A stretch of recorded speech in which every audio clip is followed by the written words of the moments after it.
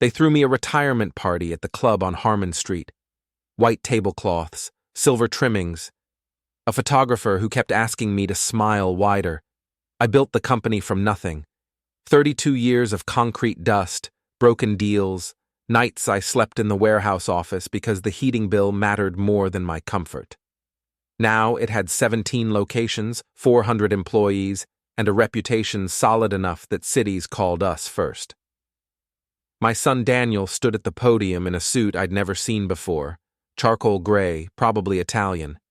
His wife Vanessa sat beside me, her perfume sharp enough to cut through the roasted chicken smell. "To my father," Daniel said, raising his glass. The room went quiet. "For building something worth inheriting." People laughed, polite laughs, the kind that acknowledge a joke without committing to its humor.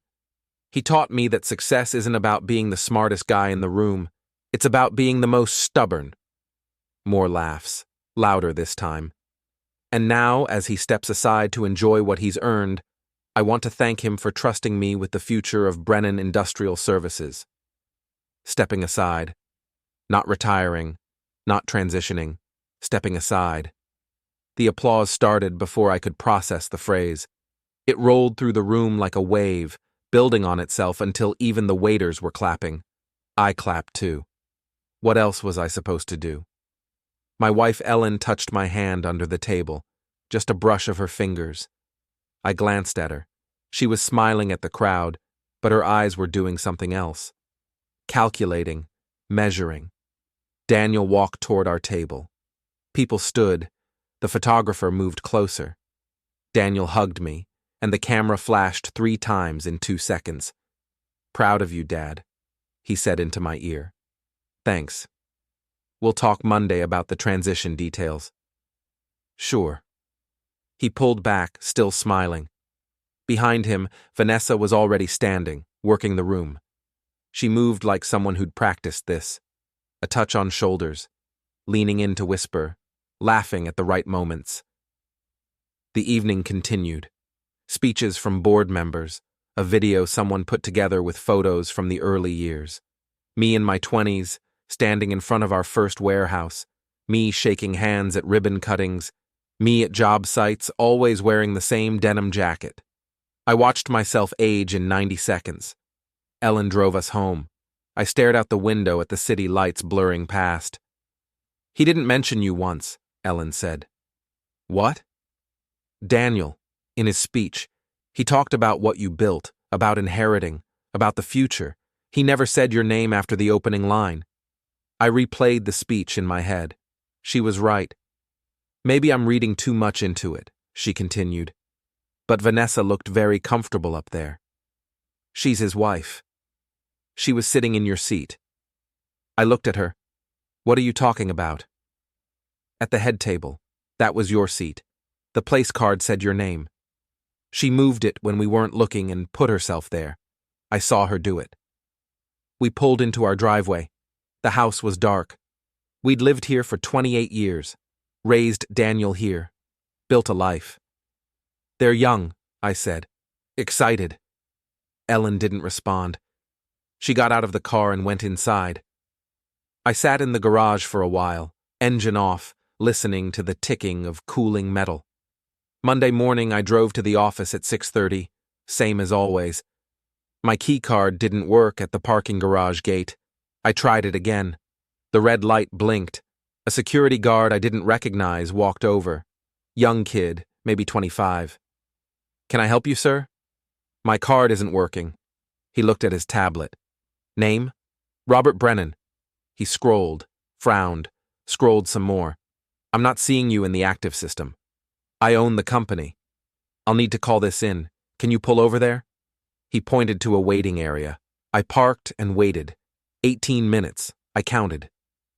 The guard came back with someone from HR, a woman I'd seen at the party but never met. "Mr. Brennan, I'm so sorry about this.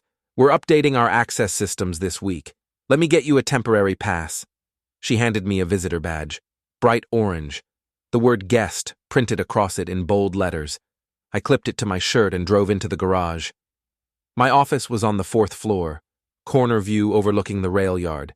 I'd picked this building specifically for that sightline. Trains meant logistics. Logistics meant money. The elevator doors opened. The hallway looked different. They'd repainted. Light gray instead of cream. My name wasn't on my door anymore, just the room number. 401. I pushed it open. The furniture was gone. My desk, the bookshelves, the couch I'd bought after my back surgery, all of it. The room was empty except for some boxes stacked against the wall. Dad? Daniel stood in the doorway. He was holding a coffee cup, steam rising from the lid. They moved me? We're reorganizing the floor. Your new office is down the hall.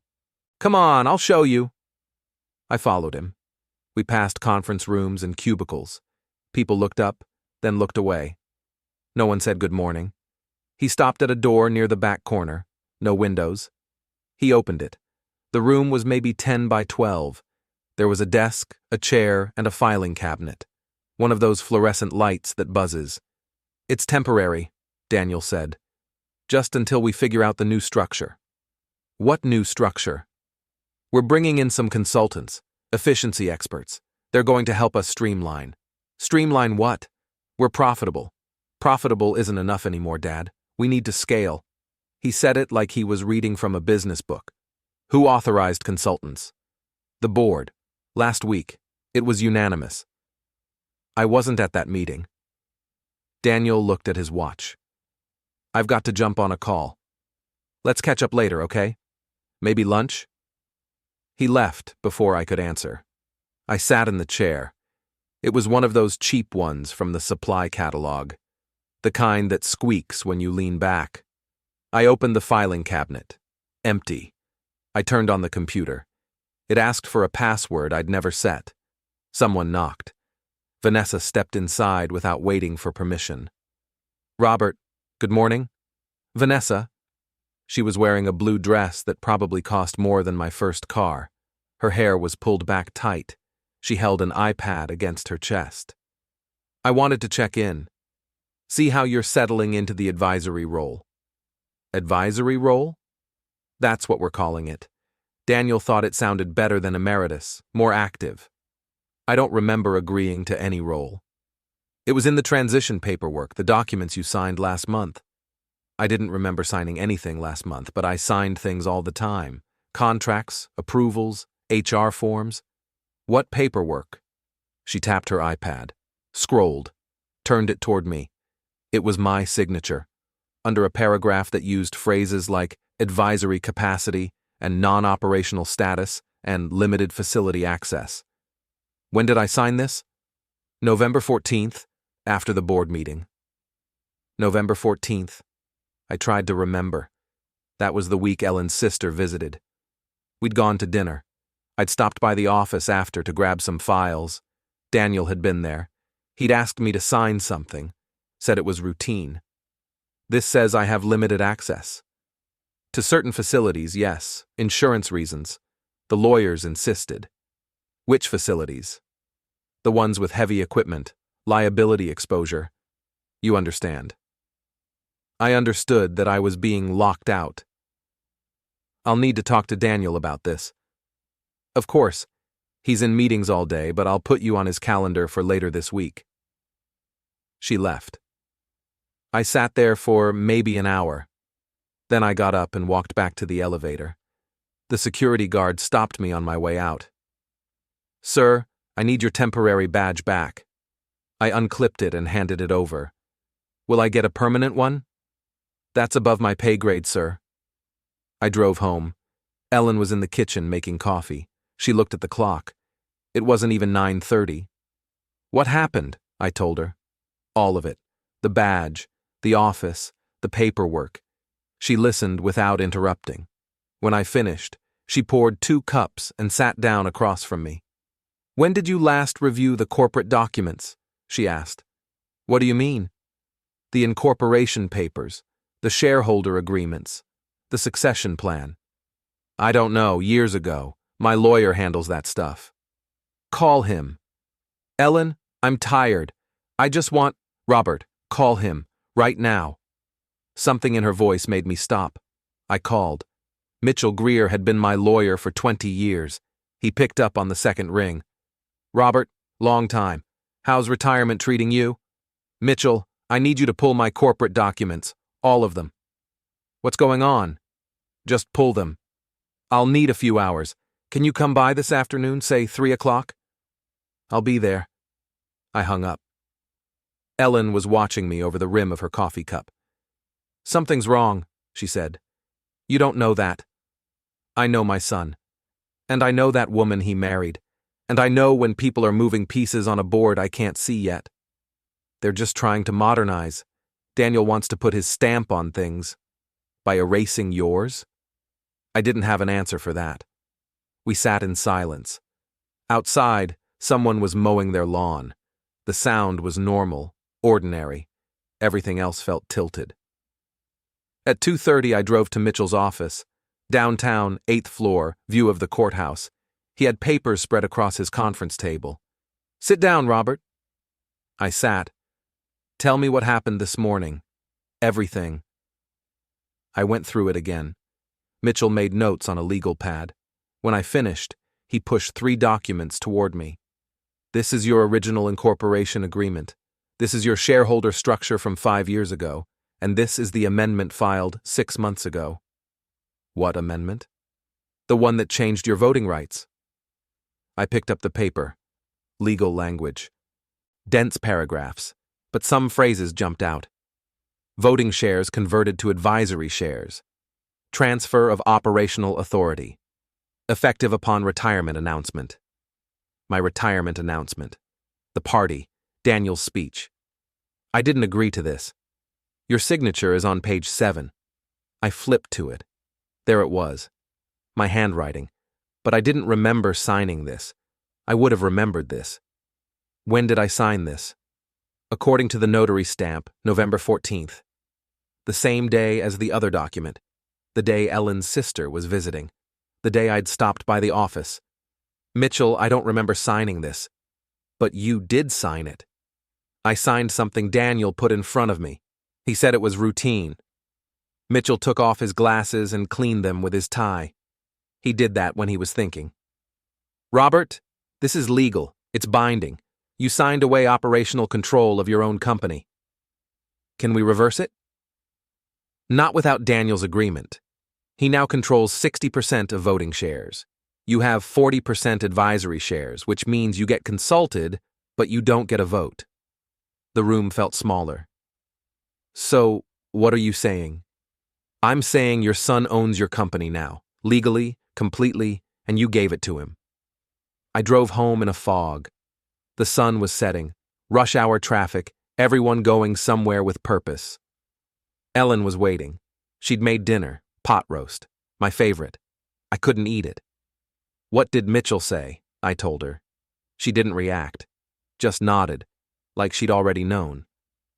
Show me the documents, she said. I pulled them from my briefcase.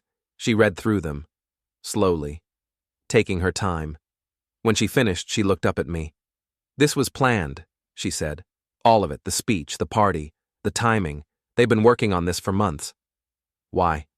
Because you're in the way. In the way of what? Whatever they're planning next. She stood up and walked to the kitchen window. Outside, the neighbor's motion light clicked on. A cat prowled across the yard. We need to know what else they've changed, she said. What else they've taken while we weren't looking. How? We go through everything, every contract, every agreement, every piece of paper with your signature on it. We build a timeline. We figure out what they did and when they did it. Ellen, I'm tired. I know, but tired doesn't stop what's coming. What's coming? She turned to look at me. They're not done yet, Robert. This was just the beginning. While you're here, hit the hype button. Don't forget to subscribe and support this channel with a like. And tell us below. Have you ever faced something like this? I didn't sleep that night. Just lay there watching the ceiling fan rotate. Ellen breathed steadily beside me, but I knew she wasn't sleeping either. You don't spend 30 years with someone without learning their rhythms. At 5 in the morning, I gave up and went downstairs, made coffee, sat at the kitchen table with Mitchell's documents spread in front of me. The November 14th signature bothered me. I'd signed it, no question. But I couldn't picture the moment, couldn't remember Daniel's exact words, just a vague memory of him saying something about updating paperwork. Ellen came down at 6. She'd already showered and dressed, business casual, like she had somewhere important to be. "Where are you going?" I asked. "To see Margaret Wu." Margaret was our accountant, had been for 15 years. "Why?" "Because I want to see the financial records, every transaction, every payment, every invoice. If they've been planning this, there'll be traces. They wouldn't be that sloppy." "Everyone's that sloppy, Robert. People think they're being careful, but they always leave something behind." She grabbed her purse and keys. "I'll call you after I meet with her." The house felt empty after she left. Too quiet. I tried reading the paper but couldn't focus, tried watching the news but it was all noise. At 8:30, my phone rang. Daniel. "Dad, hey, sorry about yesterday. Things got hectic." "We need to talk." "I know, that's why I'm calling. Can you come by the office? Say 10 o'clock? "I'll be there." I arrived early. The parking garage guard had my permanent badge ready this time, still said guest. Daniel's office was where mine used to be. Corner view. Same furniture, different arrangement. He'd put up photos, him with city council members, him at groundbreakings, him accepting an award I didn't know he'd won. "Come in, Dad, sit." He gestured to a chair across from his desk. I sat. The power dynamic was obvious. He was behind the fortress. I was the visitor. "Look," he started. "I know the transition has been bumpy. That's on me. I should have communicated better. You took my company." "I didn't take anything. You transferred it, legally. Mitchell confirmed that, right?" "You lied about what I was signing." I simplified. "There's a difference." His voice was calm, reasonable, like he was explaining something to a child. "You want to know why?" he continued. "Because you weren't going to let go. Not really. You'd have spent the next 10 years micromanaging every decision I made, second-guessing, undermining." "That's not true." "Dad, I've worked here for 12 years. You've never once let me run a project from start to finish without stepping in. Never once trusted me to make a call without checking it. I was teaching you. You were controlling me." We stared at each other. Outside, someone's radio played. Construction noise from the rail yard. "So what now?" I asked. "Now you enjoy retirement, travel, play golf, do whatever you want. You've earned it. And if I don't want that? Then you're making this harder than it needs to be." The threat was subtle but clear. "Where's Vanessa in all this?" I asked. "What do you mean?" "She seems very involved, very informed. She's my wife. Of course she's involved. She moved my place card at the party." Daniel's expression didn't change, but something flickered in his eyes. Surprise that I'd noticed. That was a seating chart issue. The event planner screwed up. Ellen saw her do it. Ellen sees what she wants to see. Meaning Mom's been looking for problems since Vanessa and I got engaged. You know that. It was true. Ellen had never warmed to Vanessa, said she was too polished, too calculated. I'd dismissed it as mother-in-law territoriality. Now I wasn't so sure. "I want access to the financial records," I said. "Why?" "Because it's still my company on paper." "On paper, you're an advisor. Advisors don't audit books." "Then I'll have Mitchell subpoena them." Daniel leaned back in his chair. He was quiet for a moment. Then he smiled. "You could do that, and you'd find everything in perfect order, because everything is in perfect order. But you'd also find a lot of decisions you'd disagree with, contracts you'd question, changes you'd want to reverse." "What kind of changes?" "The kind that make money, Dad. The kind that move us forward instead of keeping us stuck in 1990. "Like what?" "We're exploring a partnership with a larger firm, national footprint. It would triple our revenue in 5 years." What firm? I'm not ready to disclose that yet. You can't make a deal like that without board approval. I have board approval. Unanimous. I'm on the board. You're an advisory board member, non-voting, remember? The room felt like it was shrinking. When did this vote happen? Last week. We sent you the minutes. I didn't get any minutes. Check your email. I pulled out my phone, scrolled through. There it was. Subject line, Board Meeting Minutes, November 20th. Sent at 11:47 p.m. I'd been asleep.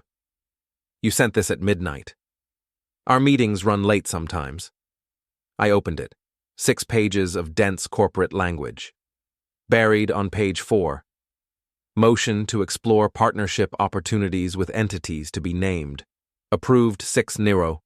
6 votes. There were 7 board members. Or there had been. Who's the 6th vote? I asked. There were 7 of us. We expanded the board, added Vanessa. She brings a fresh perspective. When?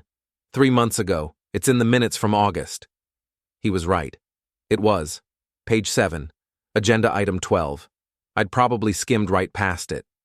So you and Vanessa control 2 board seats, and you need 4 votes to pass anything. We have 4 votes, sometimes 5. Who? That's confidential. I stood up. This isn't over, Daniel. Yes, Dad, it is. I left his office, walked past the cubicles and conference rooms. People avoided looking at me, like I was a ghost haunting a place I used to own. Ellen called as I was pulling out of the garage. You need to come to Margaret's office, right now. Why? Because she showed me something, and you need to see it. Margaret Wu's office was in a strip mall on Fenton Avenue, shared space with a tax service and a nail salon. Her door was unlocked. Ellen was waiting inside with Margaret at her desk. Margaret was maybe 50, small frame, always serious. She'd done our taxes since Daniel was in high school. Robert, sit down. I sat. Margaret turned her monitor so I could see it. This is your company's general ledger, accounts payable and receivable. I pulled 6 months of transactions. The screen showed a spreadsheet, hundreds of lines, numbers and codes. What am I looking at? Watch this. She filtered the data, highlighted certain entries. They all had similar codes, same vendor ID, same payment structure. These are consulting fees, Margaret said. Paid monthly. $50,000 each. Consulting for what? That's the interesting part. I called the vendor. It's a shell company, registered in Delaware. No website, no physical address, just a bank account. Who owns it? Margaret glanced at Ellen. We don't know yet, Ellen said. But we're going to find out. How much have they paid this vendor? I asked. Margaret did the math on screen. In the past 6 months, $300,000. I felt sick. Show me everything. We spent 3 hours going through the records. Margaret walked me through it all. The consulting fees were just the start. There were equipment purchases that didn't match any job site. Travel expenses to cities where we didn't have projects, contractor payments for work that was never completed. Someone was bleeding the company. How much total? I asked. Margaret printed a summary. Best estimate? About $1.2 million, over 18 months. Jesus. There's more, Ellen said. Show him the payroll. Margaret pulled up another file. These are employee records. Look at this. She pointed to a name I didn't recognize. James Keller, Vice President of Strategic Development. Who's that? According to this, he's been on payroll for 8 months, salary of $180,000. I never approved that position.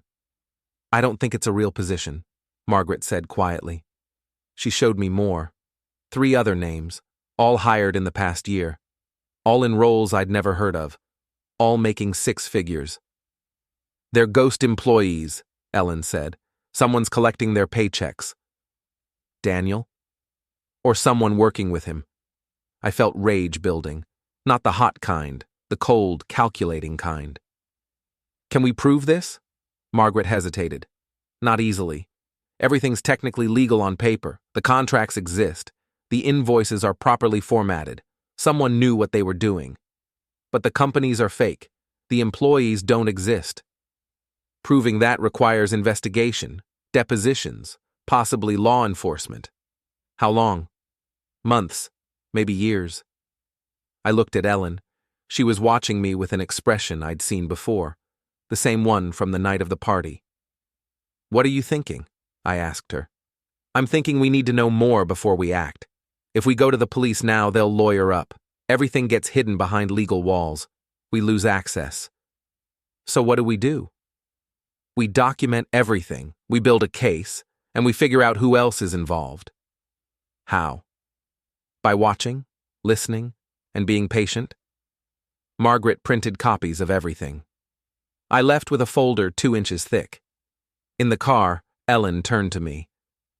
"You need to act normal around him, around both of them, like you don't know anything." "Ellen, they stole over $1 million. I know. But if you confront them now, they'll just hide the rest. We need to see how deep this goes. What if it gets worse? Then we'll know the full extent of what we're dealing with." We drove home in silence. The folder sat on my lap like evidence at a trial, which I suppose it was. That night I couldn't eat again. Ellen made soup, but I just stared at it until it got cold. "He's my son," I said finally. Ellen was washing dishes. She stopped. Her back was to me, but I could see her shoulders tense. "I know. I raised him, taught him, trusted him. I know. How did we not see this?" She turned around. Her eyes were wet, but she wasn't crying. "We saw it, Robert. We just didn't want to believe it." My phone buzzed. Text message from Daniel. "Dinner Sunday? Vanessa wants to do something nice for you and Mom." I showed Ellen. She read it and laughed. It wasn't a happy sound. "They're going to keep performing," she said, "playing the perfect family, making you feel guilty for even questioning them." What should I say? Say yes, and smile, and watch them. I typed back. "Sounds good. What time?" Daniel responded immediately. 6, our place, casual. I set the phone down. "What's the end game here?" I asked. "What are they actually trying to do?" "I don't know yet, but I don't think it's just about money." "What else is there?" Ellen picked up the folder Margaret had given us, flipped through the pages. "Power," she said. "Control. The ability to sell something they think belongs to them." "The company?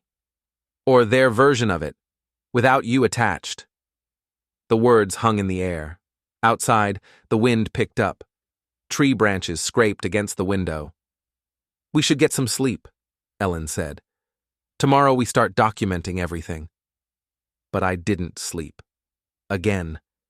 I lay there thinking about every conversation I'd had with Daniel in the past year, every meeting, every time he'd asked me to sign something.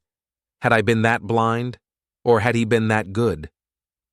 At 3 a.m, I got up and went to my office, the small one off the kitchen. I kept old files there, company records from the early years. I found what I was looking for in a box marked Legal 1993, the original incorporation documents, the ones I'd filed when I first started the company. I read through them, my vision, my structure, my rules, and I realized something. Daniel hadn't just taken the company, he'd erased what it used to mean, what it used to stand for. It wasn't about the money. It was about rewriting history so I never existed in it. That's when I decided not to fight back. Not yet. But to understand every move they'd made, every document they'd filed, every person they'd bought. Ellen was right. We needed to document everything, build the case, be patient. But patience doesn't mean acceptance. I went back to bed. Ellen was still awake. She reached for my hand in the dark. "We're going to fix this," she said. "How?" "I don't know yet, but we will." I wanted to believe her.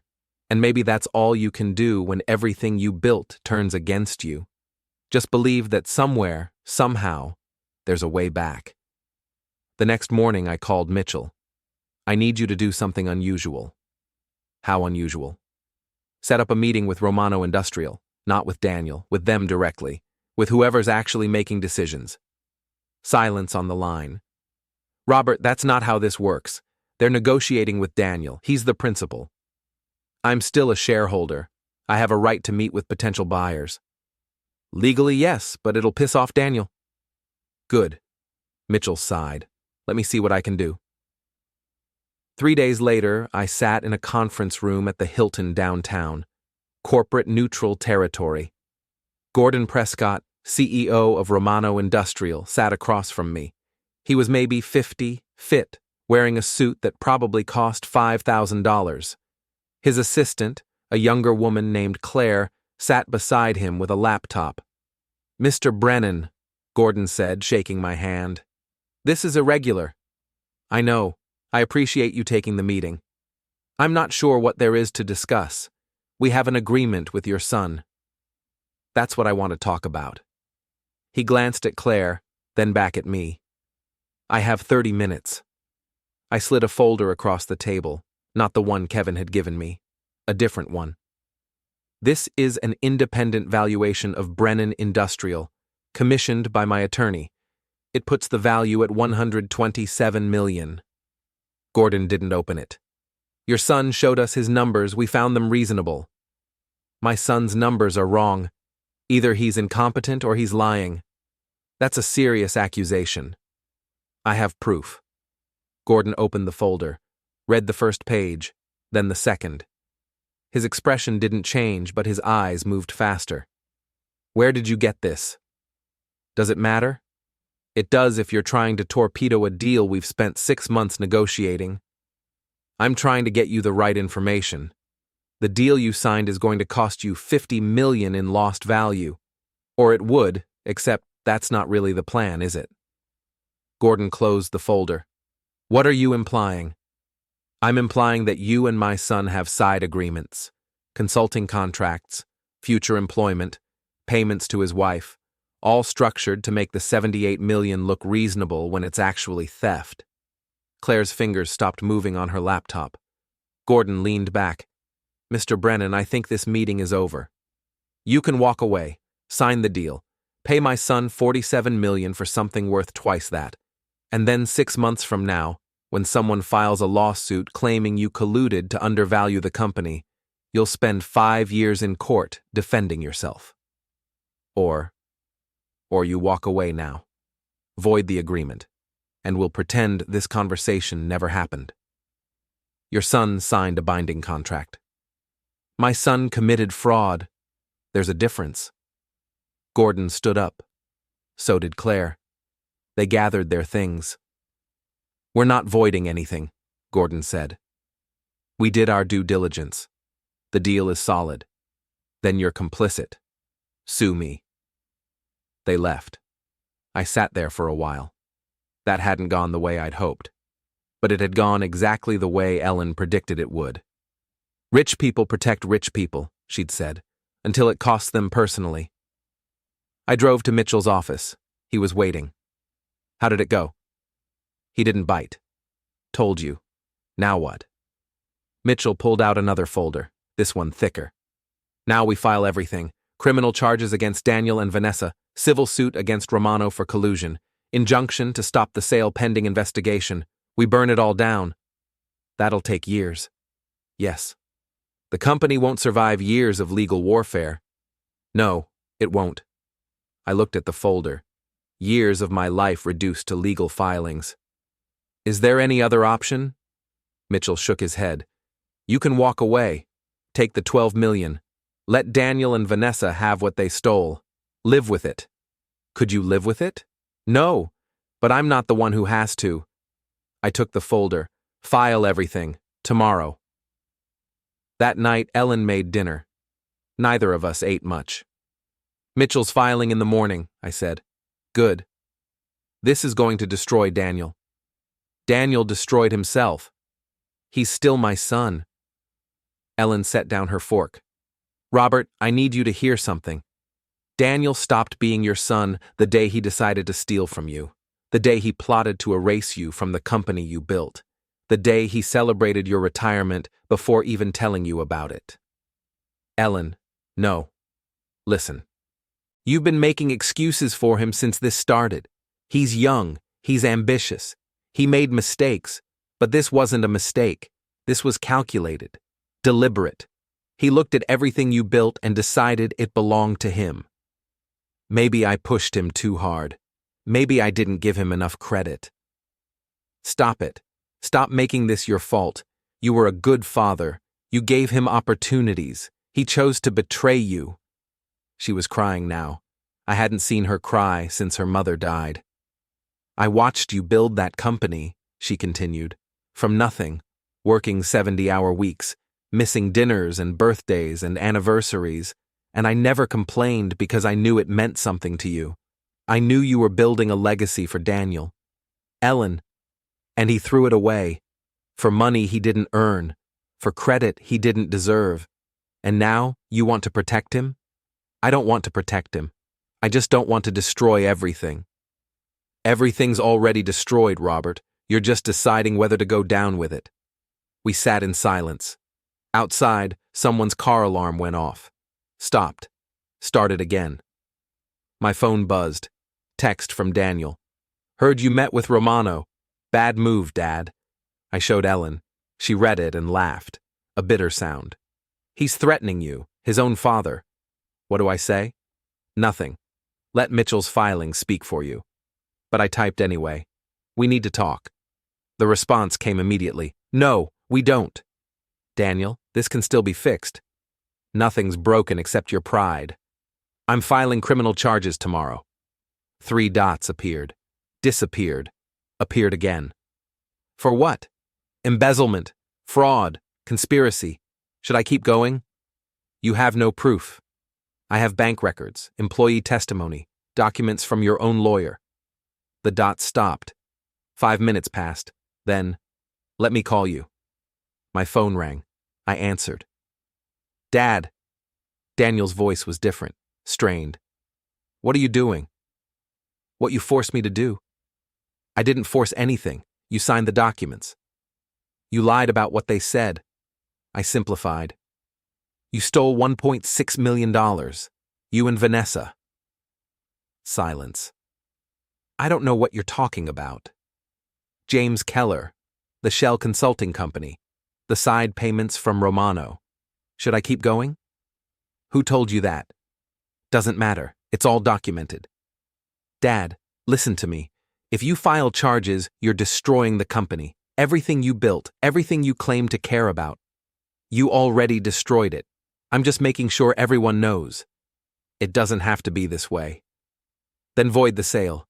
Pay back what you stole. Resign. He laughed. Actually laughed. You think I'm going to walk away from $47 million because you're upset? Because you can't handle me running things better than you did? Better? Yes, better. You ran that company like it was 1990. I'm bringing it into the modern era. By stealing from it? By maximizing value. That's what smart business people do. Smart business people don't commit fraud. Prove it. Take me to court. Let's see what a jury thinks when they hear about the bitter old man trying to take down his successful son. I will. Good luck with that. He hung up. I sat there holding the phone. Ellen was watching me. What did he say? He's not backing down. Neither are we. The next 3 weeks moved like a slow-motion car crash. Daniel filed countersuits. Defamation against me. Tortious interference against the 18 workers. He went after everyone, using the company's money to hire a team of lawyers that billed like they were defending war criminals. The media loved it. Local story gone national. Business channels covered it. Podcasts dissected it. Everyone had opinions about father-son dynamics and corporate betrayal and who was really the victim. We did interviews. I kept it simple. My son stole from the company and is trying to sell it at a fraction of its value. I'm trying to stop him. Daniel did interviews too. Smooth, polished. My father can't accept that his time is over. This is about his ego, not the company. Vanessa stayed quiet. Smart. She'd lawyered up separately. Her attorneys advised her not to speak publicly. The Romano deal remained on track. Gordon Prescott released a statement. "We're confident in our due diligence and committed to the acquisition." But 2 weeks before closing, something shifted. Mitchell called me at 6 in the morning. "Robert, wake up. Turn on CNBC." I stumbled to the TV. Ellen appeared beside me, still in her bathrobe. The news anchor was reading from a teleprompter. "Breaking news in the Brennan Industrial story. Sources say the SEC has opened an informal inquiry into the sale, following allegations of securities fraud and breach of fiduciary duty."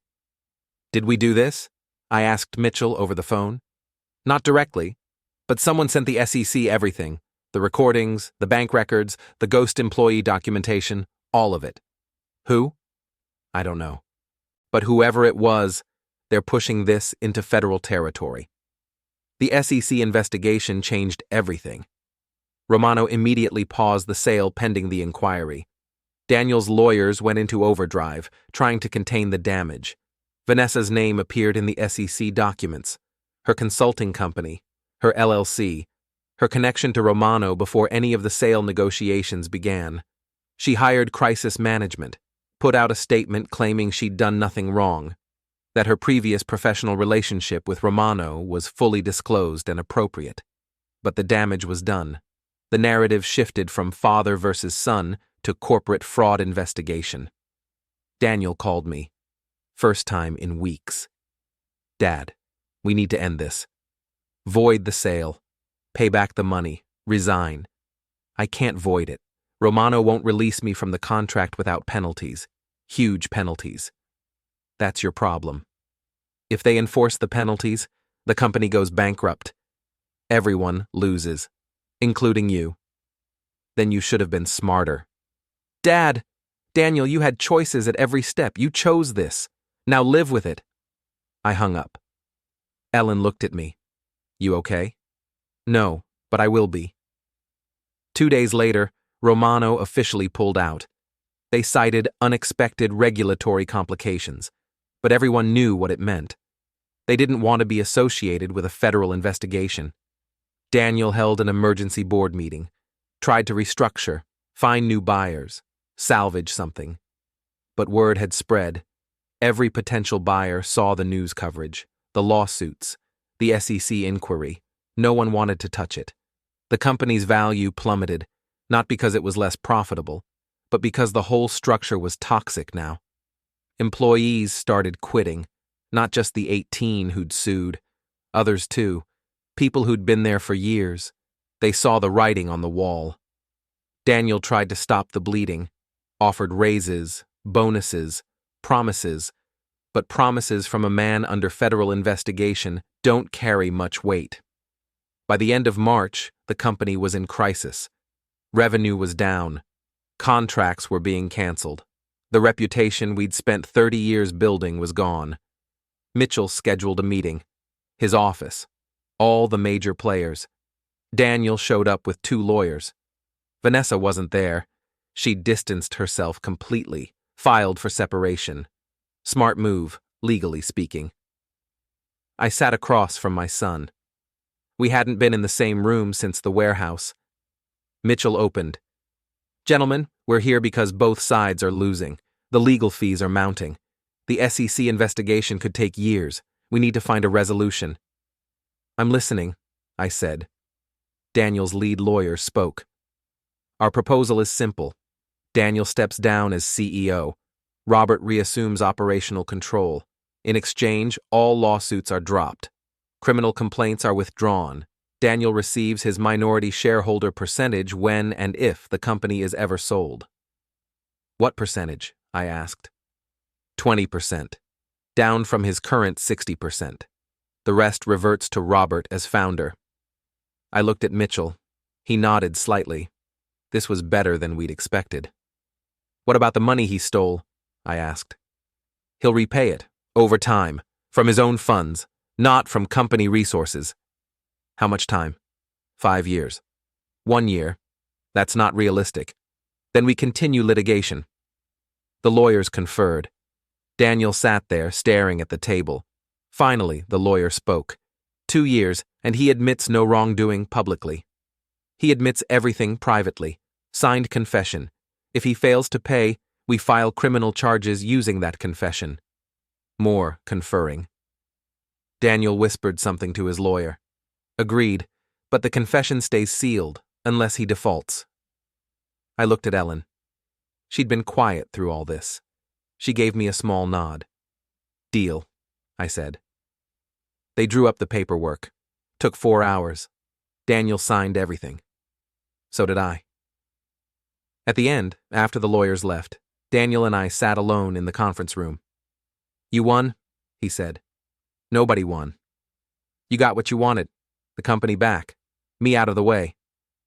I wanted a son who didn't steal from me. He stood up, walked to the window. Outside, the city moved on, people going to work, living normal lives. I'm sorry, he said quietly. For what it's worth, I'm sorry. Okay. That's it? Just okay? What do you want me to say, Daniel? That I forgive you? That we can go back to how things were? I don't know. Things were never how I thought they were. I see that now. You spent years planning to take everything from me. While I was teaching you the business, you were plotting to steal it.